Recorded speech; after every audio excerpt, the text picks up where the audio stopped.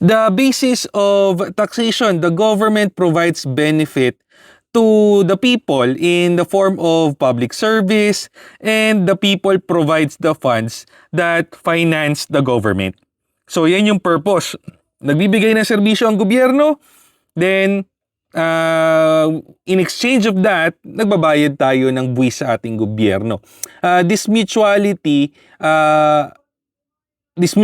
of support between the people and the government is referred to as the basis of taxation. So, sabi nga natin, the government provides public service so to the people or to the citizen of the subject of the said government, and these people are paying taxes to the government.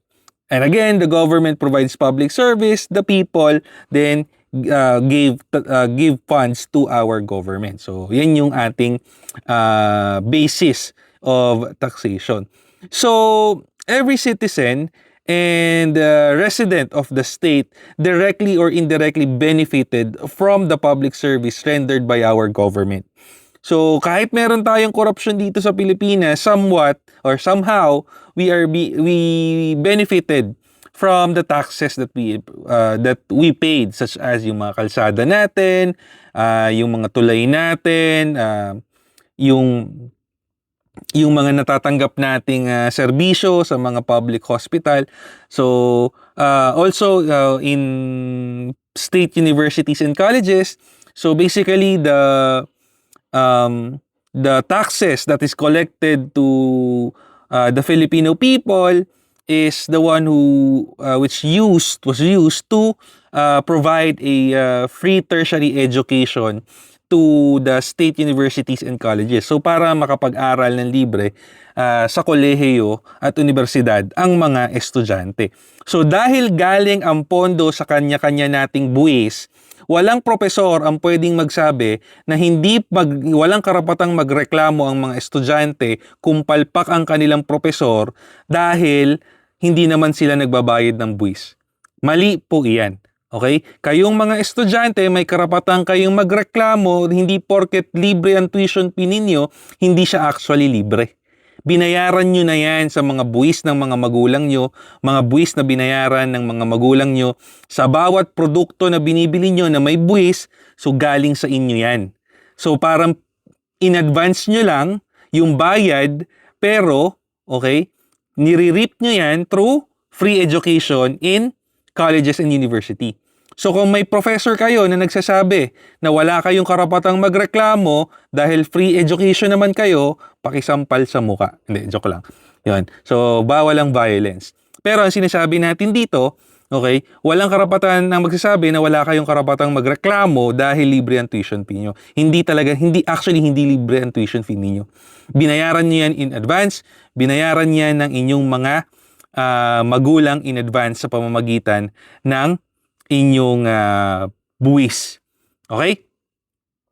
So, yun. Sabi nga natin, these benefits can be in the form of public service that is rendered daily free usage of public infrastructure, kagaya ng mga kalsada, access to public health, and educational services, kagaya nga ng sinasabi nating free legal education, free education, the protection and security of persons and property, kagaya ng ating mga pulis, militar, sundalo, bumbero. So, lahat yan ang nagbabayad dyan ay ang gobyerno. So, yung pinambayad ng gobyerno dyan ay kinaltas sa ating mga kita at mga sweldo.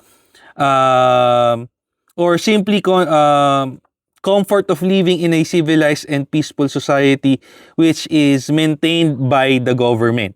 So, yun nga, safety and security, public health. So, all public facilities, pinopondohan yan ng ating buwis. So, kinakaltas sa atin yan.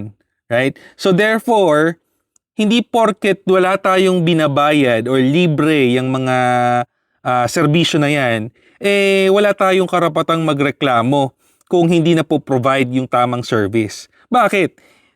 Technically, binayaran natin yan in advance through our taxes. Okay? Binayaran natin yan in advance through our taxes. So therefore, if the service is provided or the service was provided not at par, okay, we can complain. Pwede nating iangat ang ating reklamo. Okay? Hindi porket libre, ibig sabihin libre talaga. Binayaran yan ng ating buwis. Okay? So, while most public services are received indirectly, their realization by everyday citizen and the resident is undeniable. Okay? In taxation, the receipt of these benefits by the people is conclusively presumed. Okay? So, hindi porket hindi mo na-take advantage, hindi ka dapat or wala kang karapatang magreklamo or reklamo ka, i-refund yung tax mo. Hindi. Okay? It is presumed that all your movement, okay, you are benefited from the infrastructure and expenditure that the government provided. Okay? Thus, the taxpayer cannot avoid payment of taxes under the defense of the absence of benefit that they receive. So, hindi ka pwedeng magsabi, hindi naman ako gumagamit niyan. Or nag-aral naman ako sa private school.